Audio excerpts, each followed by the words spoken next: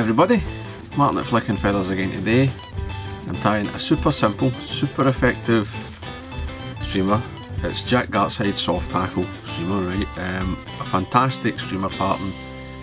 You can tie it in all kinds of colours. It catches basically every predatory fish that you can imagine, right? You change the hook, tie them in for fresh and salt water. You can catch everything from tarpon to smallmouth bass, pretty much anything in between. Really good pattern, really easy to tie as well.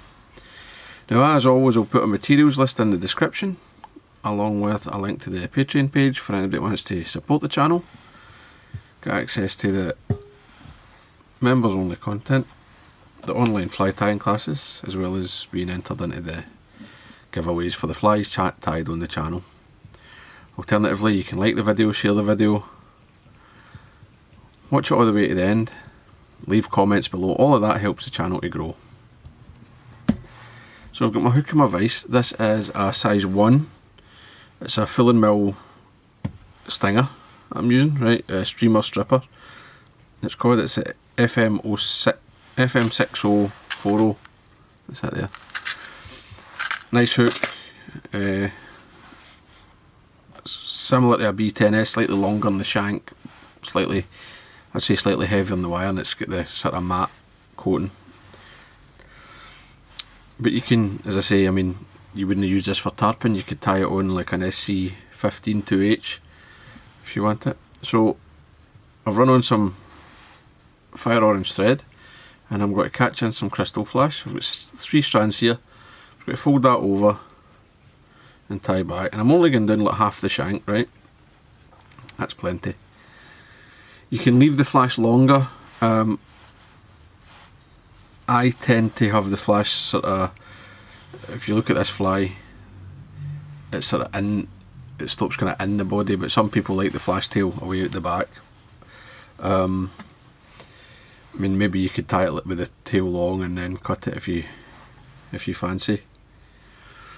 Now you can add more flash or less flash, that's entirely up to you. Just put a wee bit of head cement in there. So the first feather I'm tying, I've got a Marabou feather here. It's a blood quill, and what I want to do is you want to find where the stem sort of stops flexing. So if you just pull it down, you can see I'm pulling that feather basically back on itself, and there's a point about there where the stem stops being flexible. So that point is the maximum sort of usable length, right, on this feather. And there's a couple of these are a wee bit ratty, it's just a few extra fibres. We'll take them off. There's no point in keeping them if I don't like them. And I'm going to tie it in by the base of the feather, right? A lot of people, when they're winding marabous or hackle, they want to tie it by the tip. But the reason that we don't do this with the Gartside soft hackle is the longest fibres are here. So I want to get the longest at the back coming, and then tapering up, and you get the shorter fibres which kind of support the second feather slightly. If I do it from here, by the time I've come up, I've lost a 1/4 inch or more off the length of the feather barbs. Now I like to just use my fingers. I don't worry about using hackle pliers for this. I find it easier and I'm less likely to break the feather. So at the tip. So I'm just going to wind it. Now just take your time, just sweep it back. Don't be too fussy, because you can just hit it with a comb, and the you know, you're not trapping the fibres under any great pressure, and they're tapered in the way that they want to come free. So I'm just winding this forward, one turn in front of the other. They don't need to be button hard up against each other, but don't space them out, right? I don't want any gaps in the body. So I'll just come up, and I'm just going to use all this feather, because these shorter fibres here, these are what kind of create the volume beneath the next feather. So come in, we'll catch that off. Now just fold the tip back and don't let go of the tip. Take 3 turns and then just nip it away. Then I can just tie over that there. Tidy that up. Now I'll moisten it. And then I like to put a wee bit of head cement between each stage. Right. That can kind of get into the stem there, it'll soak into the roots of the feather. The roots of the feather barbs. Now, much the same, I've got a yellow. You can tie them in olive and off-white, white and grey, black and red, you know, whatever. Any of the sort of usual colour schemes. Now, this is a really soft feather. This would all be usable, but again, as is often the case with the Marabou, some of these near the base of the feather are a bit kind of compromised. So, take them away.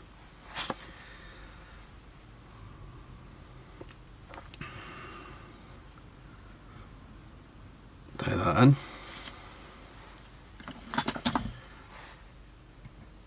Trim that away. It's a wee bit short to grip. And then just the same thing, just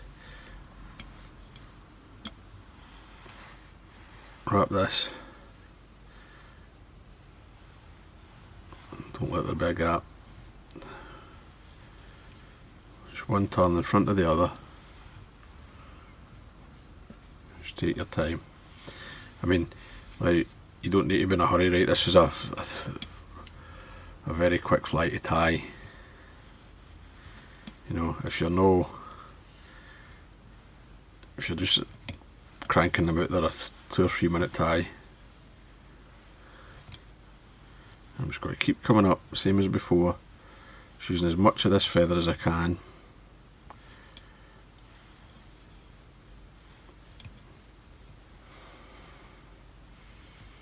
There's a few trapped fibres on this one. So if I could see my brush, let's use this. Just come in, and you don't need to be careful with it, right? The barbs will just come free very easily. And you see I was quite rough there. I just went in and getting about it with that brush there, and just fold that back and nip it away, tie over it. And I'm just going to tidy all this up.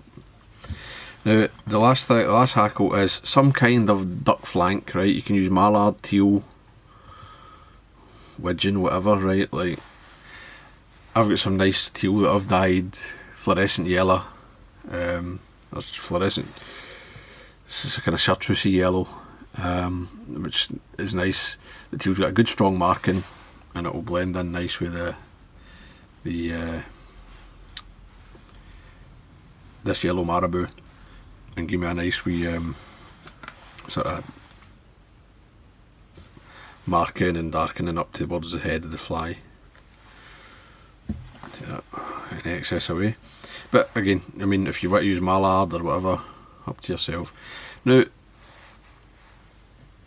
I'm going to tie this in by the stem as well. Need to find where I can bend the feather. This is there. You can tie this in by the tip, but I'm just doing it the way Jack Gartside did it. Just so you've always got that sort of length at the back. It's really strong, so we'll cut it. And then for this I will use my Hackle pliers. So just come in, identify the tip.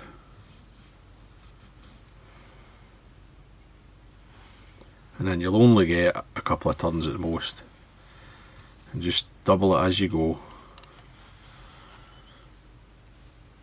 Right, it will fight you because you've tied it in with the butt. It's easier if you tie it in with the tip, but I don't think you actually, you know, I think the results are probably better still if you tie them in by the butt and just kind of work it. And there I snapped that feather, so I'll just come in and grip it with my fingers. I'm at the hook eye, I'll catch that off. 1, 2, 3. Fold that back.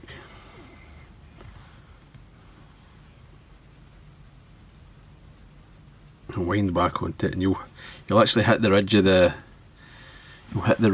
the stem of the feather, and that's you know you've gone far enough back.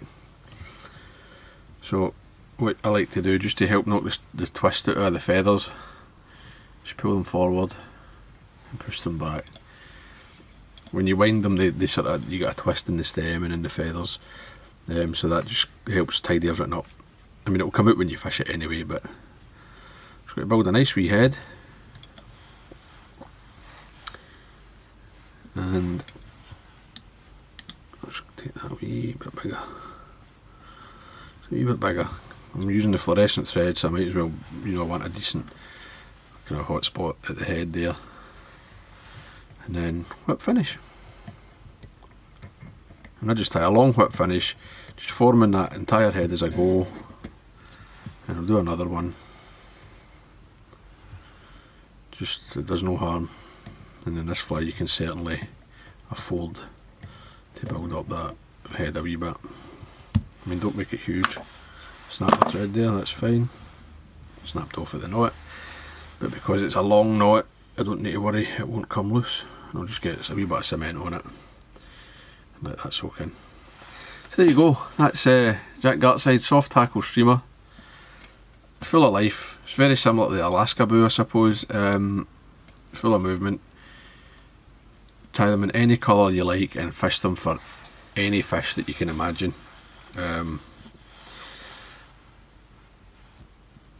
Just make sure your hook's suitable, right?